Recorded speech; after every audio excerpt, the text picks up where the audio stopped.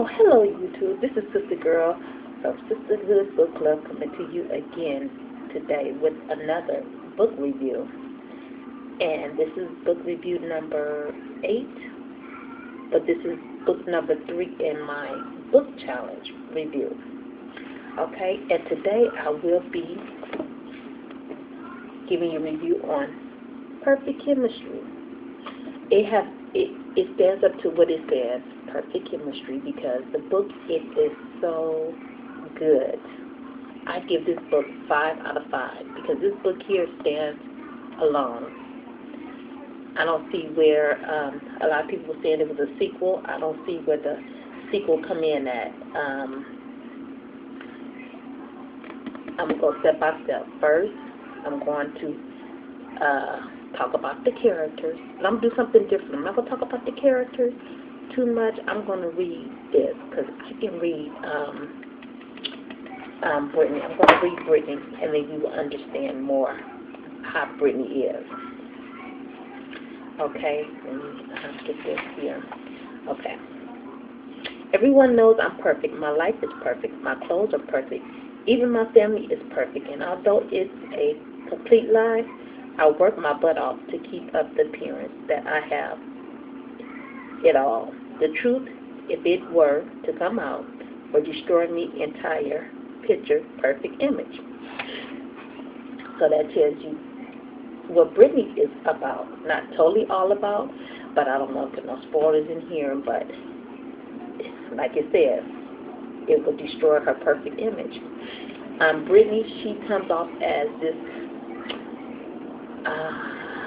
I should say this rich little brat, but she's really not. She loves herself.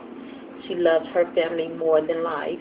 She really loves her sister, Shelly, and because her sister, Shelly, is handicapped, and she loves her more than life itself. And as the book, unfolds, she really and truly shows her true colors in here. And then you have Alex.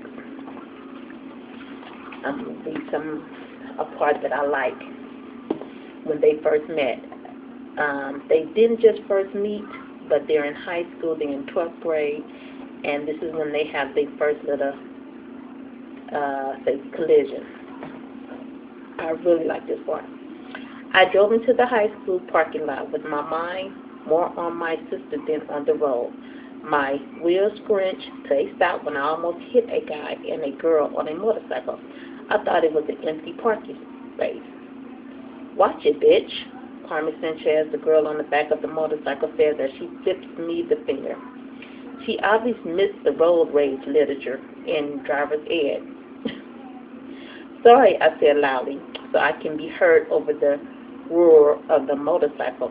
It didn't look like anyone was in this spot. Then I realized whose motorcycle I almost hit. The driver turns around, angered dark eyes, red and black bandana. I sunk down into the driver's seat as far as I can. Oh shit, it's Alex. I say, Jesus, Britt. Sarah says, her voice low, I like to live to see graduation. Get out of here before he decides to kill us both. Alex is staring at me with his devil eyes while putting the kickstand down on his motorcycle. Is he going to confront me? I search for reverse, friendly, moving the stick back and forth. Of course, it's no surprise my daddy bought me a car with a stick shift without taking the time to teach me how to master driving the thing. Alex takes a step towards my car. My instincts tell me to abandon the car and flee, as if I was stuck on railroad tracks with a train heading straight for me. I glance at Sarah, who desperately searching through her purse for something. Is she kidding me? I can't get this damn car in reverse. I need help. What are you looking for? I asked. Like nothing. I'm trying not to make contact with this Latino blood. Get a move on it, will you? Sarah responds through gritted teeth. Besides, I only know how to drive an automatic. Finally, grinding into reverse, my wheels scrunch loud and hard as I maneuver backwards and search for another parking spot. After parking in the west lot, far from a certain gang member with a reputation that could scare off even the toughest Fairfield football player, Sarah and I walked up the front steps of Fairfield High. Unfortunately, Alex and the rest of his gang friends was hanging by the front door. Walk right past them, Sarah murmurs. Whatever you do, don't look in their eyes. It's pretty hard not to when Alex steps right in front of me and blocks my path. What's that prayer you're supposed to say right before you know you're going to die? You're a lousy driver, Alex says with his slight Latino accent and full-blown I am the man stance. The guy might look like an Abercrombie model with his ripped body and flawless face, but his picture is more likely to be taken for a mugshot. The kids from the South Side don't really mix with kids from the South Side. The kids from the North Side really don't mix with the kids from the South Side. It's not that we think we're better than them. We're just different. We've grown up in the same town, but in totally opposite sides. We live in big houses on Lake Michigan and then live next to the train tracks. We look, talk, act, and dress different. I'm not saying it's good or bad. It's just the way it is in Fairfield. And to be honest, most of the South Side girls treat me like Carmen Sanchez does. They hate me because who I am, or whether who they think I am.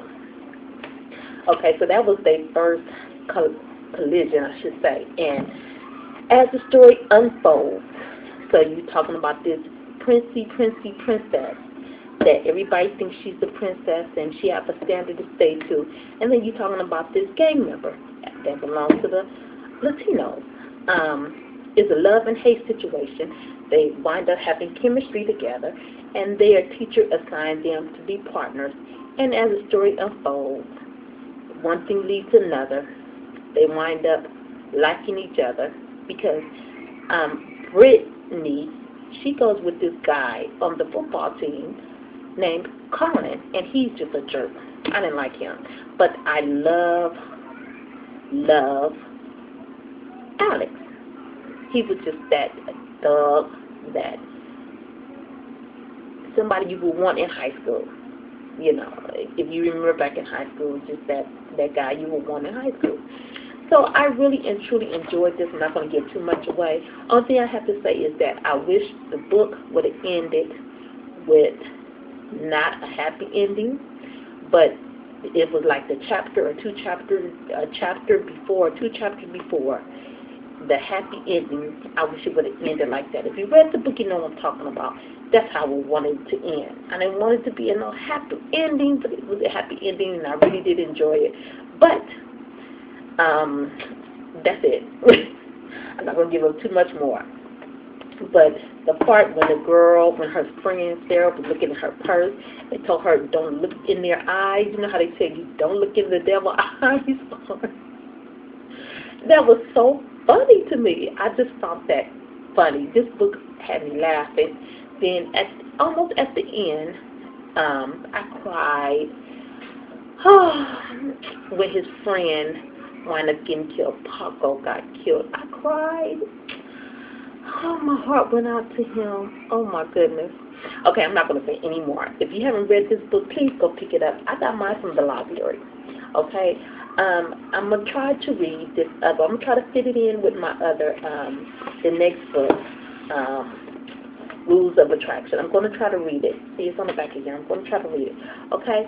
So I'm not trying to hold y'all too much, but remember to leave a comment if you like, and I will be back soon with my next review. I'm really enjoying this, and thanks so much for your continued support. Bye-bye.